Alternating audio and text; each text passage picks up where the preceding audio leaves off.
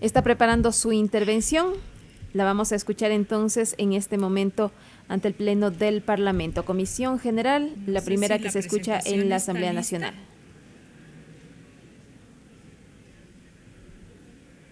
Estamos en el quinto punto del orden del día, primer debate del proyecto de ley reformatoria al Código de Ambiente unificado en el tema de servicios ambientales. Previo al debate en el Pleno del Parlamento, la lectura del informe, se ha dado paso a esta Comisión General. Se están ultimando los detalles en el Pleno de la Asamblea Nacional para escuchar a Verónica Arias, representante de las organizaciones de cambio climático. Señora Arias.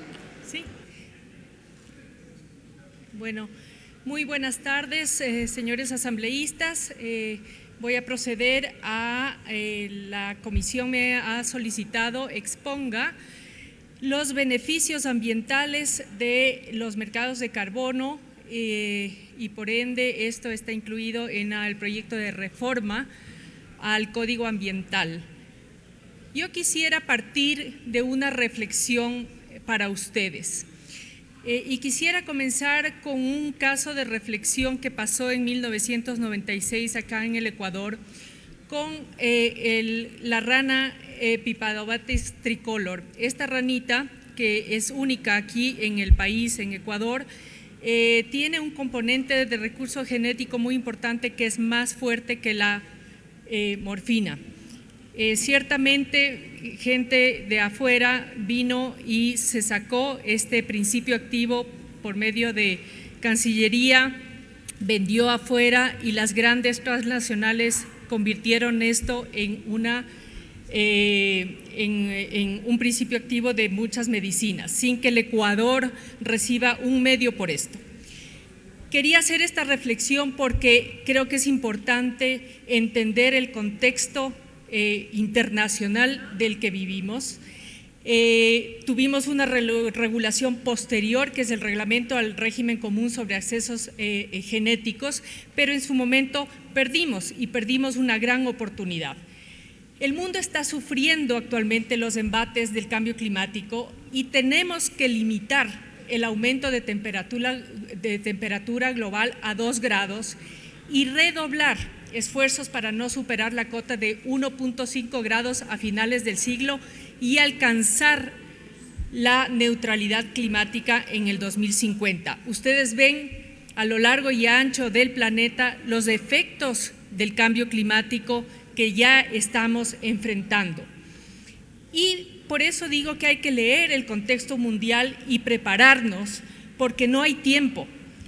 Y la posibilidad de regular y de tener una legislación adecuada para justamente que el Ecuador entre a prestar servicios ambientales, a prestar y tener mercados de carbono es importantísimo. No es la panacea, pero sin duda alguna puede traer un sinnúmero de beneficios económicos, pero también ambientales y sociales. Entonces la pregunta, si queremos es ser parte de este juego, prepararnos y diseñar cómo queremos jugar a través de una norma clara, o se nos pasan las oportunidades como siempre se nos pasan las olas de oportunidades y nos cogen, como decimos vulgarmente, la bata alzada. No estaremos preparados y lo peor es que nos vienen impuestas reglas por alguien más. Estos desafíos del cambio climático, la siguiente por favor, estamos en 2 láminas adicionales, la siguiente, gracias. Estos desafíos del cambio climático tienen grandes aristas. Primero tenemos que reducir las emisiones emitidas de gases de efecto invernadero, a pesar de que el Ecuador no es un gran emisor, pero además adaptarnos a esta reducción de riesgos y ser mucho más resilientes. ¿Por qué? Porque van a venir enfermedades, vamos a tener un problema en agricultura, en la ganadería, una pérdida en la biodiversidad. Tenemos que prepararnos para enfrentar los avatares del cambio climático. La siguiente, por favor. Se estima que en el Ecuador se pierden entre unas 30 y 50 toneladas anuales de suelo fértil por hectárea. Las principales causas de la degradación de los suelos son el pastoreo excesivo, la deforestación, la agricultura, la sobreexplotación de la vegetación y las actividades industriales. Particularmente la agricultura y la ganadería generan más del 51% de gases de efecto invernadero. La siguiente, por favor. La siguiente, por favor. Las zonas vulnerables a desertificación y degradación, ustedes pueden ver en el mapa que estoy tratando de mostrar acá. La siguiente, por favor. Gracias. La degradación de tierras no solo disminuye los rendimientos de los cultivos, sino que también reduce el almacenamiento de carbono en los ecosistemas agrícolas y pueden llevar a reducir enormemente la biodiversidad. La siguiente, por favor. En el Ecuador, ¿qué es lo que tenemos actualmente? Tenemos que conservar los bosques a nuestro costo y además tenemos que reducir emisiones. Más o menos cuesta al Ecuador 2.700 millones para implementar nuestros compromisos frente al cambio climático. Mientras tanto, la tasa de deforestación es de 90.000 hectáreas anuales en un país tan pequeño.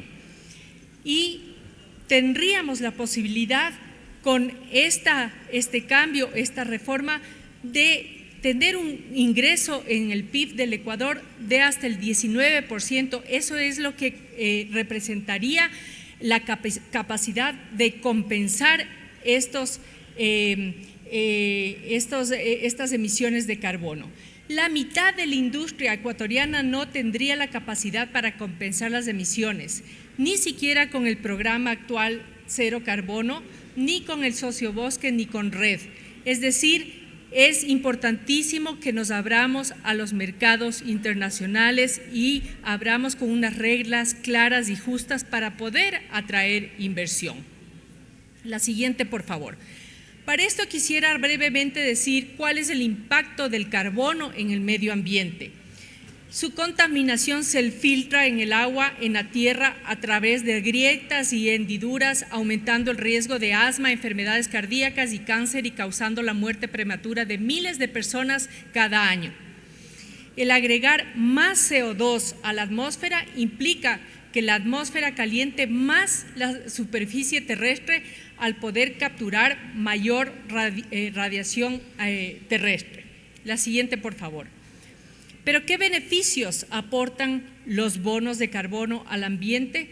El objetivo de los bonos de carbono es cuantificar la reducción de emisiones o remociones de gases de efecto invernadero mediante las acciones implementadas que aportan a mitigar los efectos del cambio climático.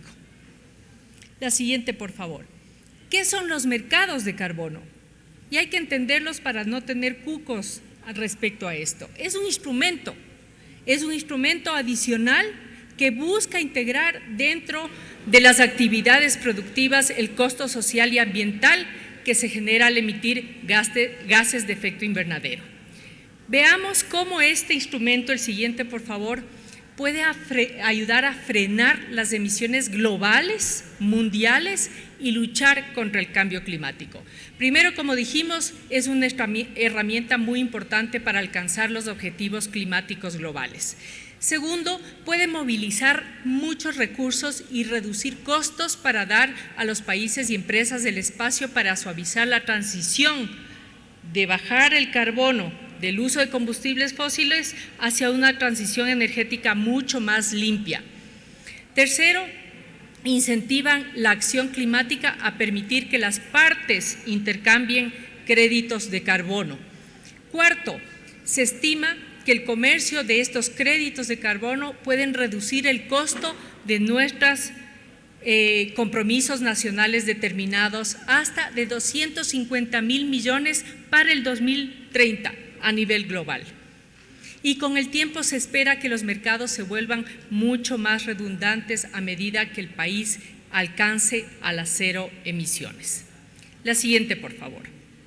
No voy a ahondar en lo que quiere decir el artículo 6 del Acuerdo de París, pero está enmarcado dentro de la Convención Marco de Naciones Unidas, que fue suscrito y adherido por el Ecuador en 1993, y que el artículo 6 básicamente lo que hace es permitir a los países cooperar voluntariamente entre sí para lograr los objetivos de reducción de emisiones establecidos en sus NDCs. Este artículo lo que dice es básicamente que cada país debería generar su marco regulatorio para poder precisamente generar marcos de compensación y mercados de carbono. ¿Qué es la compensación entonces? La siguiente, por favor. La compensación es la acción de neutralizar las cantidades de emisiones de carbono, es decir, nuestra huella de carbono, que emite una persona, emite una empresa, una organización, cuando se desarrolla una actividad invirtiendo económicamente en un proyecto para la mejora del medio ambiente y el entorno social en el que se desarrolla. Es decir, una organización quiere compensar sus emisiones de manera directa, la organización presenta un proyecto y la organización recibe esos créditos. La siguiente, por favor. La siguiente, por favor. Bueno, entonces, ¿qué diferencia hay entre mercados voluntarios y los mercados obligatorios o regulados? El mercado voluntario, como su nombre lo manifiesta, es que no necesita el gobierno, sino que las empresas trancen. Este mercado voluntario está creciendo enormemente. Y el mercado de cumplimiento de voluntario obligatorio es el impulsado por leyes nacionales, regionales, que establezcan cuáles son las reglas del juego. Y las reglas del mercado tienen que ser puestas por, obviamente, el gobierno, ¿no? ¿Cómo queremos jugar? Esas son las reglas claras. Ahora, ¿cuáles son los beneficios ambientales que puede traer justamente la regulación de estos mercados? La siguiente, por favor. Estamos hablando de beneficios para mantener los bosques y la biodiversidad. Se aportaría obviamente a la mitigación del cambio climático que actualmente, como mencioné, afecta a la agricultura, a la ganadería, a la infraestructura pública. Sería de gran beneficio para las comunidades, para propietarios de bosques que podrían realizar actividades económicas más sostenibles, porque ahora van a ver cuánto es que cuesta a un propietario mantener un bosque, porque nadie les paga por eso, solamente por el amor a que ese bosque esté en pie. A los agricultores y ganaderos que tendrán capacidad económica para poder desarrollar sus actividades con mejores tecnologías y productos que salgan con cero deforestación. A los GATS y prefecturas podrían tener ingresos para implementar proyectos en equilibrio con la naturaleza y manejando sus bosques a cargo de los GATS. ¿Qué otros beneficios? La siguiente, por favor. Se tendría ingresos no reembolsables que permitirá la generación de empleo directo a corto, mediano y largo plazo. Se tendría una reactivación en las zonas rurales del país mediante la generación de empleo, estabilidad social, mejorar la calidad de vida como servicios básicos, saneamiento ambiental y otros. Y obviamente los proyectos tienen que tener mecanismos transparentes, cumplir con salvaguardas ambientales y sociales, y justamente todos tienen que estar sometidos a procesos rigurosos de certificación, validación y verificación. La siguiente, por favor. ¿Qué tipo de proyectos serían beneficiados a la apertura de estos bonos o bonos de carbono? Montones, casi todos los sectores. Ustedes ven aquí, desde energías renovables hasta procesos industriales del transporte, la conservación de páramos, los manglares, la construcción, hasta la minería, agricultura sostenible, etcétera. Por eso aquí depende de cada tipo de proyecto que se sugiere y que cada institución del Ejecutivo debería aprobar y hacerse cargo de la parte técnica del registro. Por ejemplo, la plantación forestal, que se haga cargo el MAGAP, la conservación de bosques primarios, el Ministerio de Ambiente, y al final reportaría a la entidad máxima, que sería el Ministerio de Ambiente y transición agua y transición ecológica para que lo aporten. Bueno, para ir finalizando, ¿qué tenemos en la mesa? Tenemos un acuerdo mundial internacional del cual el Ecuador es parte. Tenemos un artículo 6 que dice y que menciona que los países miembros deben crear sus propios sistemas y regulaciones y por eso justamente la propuesta de reforma al COA. Tenemos un mercado red que el Ecuador es reconocido a nivel mundial por eso. Tenemos un programa sociobosque que ha costado mucho al país, pero eso no es suficiente. Tenemos que crear más mecanismos y uno de esos es precisamente los mercados voluntarios. ¿Cómo prepararse a lo que se viene? Dos, por favor, la siguiente. Ahí, gracias. Primero, es importante comprender la neutralidad del carbono como objetivo de mitigación al cambio climático. Luego, mirar a este mecanismo como uno más y ser muy flexible con el financiamiento. Adaptar el marco legal. Identificar proyectos que permitan pilotear transacciones. Evaluar los resultados. Generar lecciones aprendidas, inclusive de otros países. ¿Qué está pasando en Costa Rica? ¿Qué pasa en Colombia, en México, en los países vecinos? Pedir asistencia técnica para proveer orientación. La siguiente, por favor.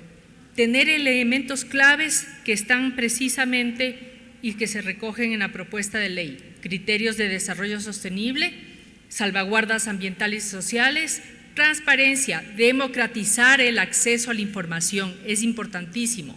El control de calidad, temas específicos, técnicos como la adicionalidad, la integridad ambiental y los ajustes correspondientes a los índices o a los compromisos nacionales determinados. En definitiva, la siguiente. En definitiva, tendríamos una ventaja competitiva y comparativa como Ecuador. Podríamos ser un país líder en el mercado de carbono si conservamos nuestro capital natural y podemos exportar ese know-how. Traemos capital, inversión, sin perder nuestros bosques y nuestro capital natural. Los GATS y las ONGs y organizaciones comunitarias y pueblos indígenas pudieran acceder a importantes fuentes de financiamiento por parte del sector privado. Estos créditos podrían ser incluidos en las cuentas del país y ser contabilizados justamente con nuestros reportes al Acuerdo Marco o al Acuerdo de París. Ahora, es imprescindible que se formalice el registro nacional para una transparencia total y obviamente un marco de seguimiento y monitoreo. La última, por favor. Entonces, el Ecuador debe estar preparado por diseño, por tener normas claras y abrirnos a que vengan a jugar con nosotros, a la inversión. Por lo expuesto anteriormente, señores asambleístas, es necesario la regulación de los servicios ambientales y sus esquemas de pagos y participación de los proyectos generados por estos, así como los proyectos de reducción de gases de efecto invernadero, con la finalidad de cumplir con los compromisos y objetivos adquiridos a nivel mundial en el Acuerdo de París. No tenemos tiempo, el planeta está en emergencia y estos son los marcos legales que necesitamos para abrirnos a estas oportunidades que están en el mundo entero y que queremos que traiga y que participe el Ecuador. Muchas gracias a todos ustedes por haber escuchado. Agradecemos la participación de la señora Verónica Arias Cabanilla de la Coalición de Ciudades Capitales de las Américas sobre el cambio climático. En su intervención escuchamos que dijo que el mundo sufre los embates del cambio climático que se observan en el planeta ya a esta hora.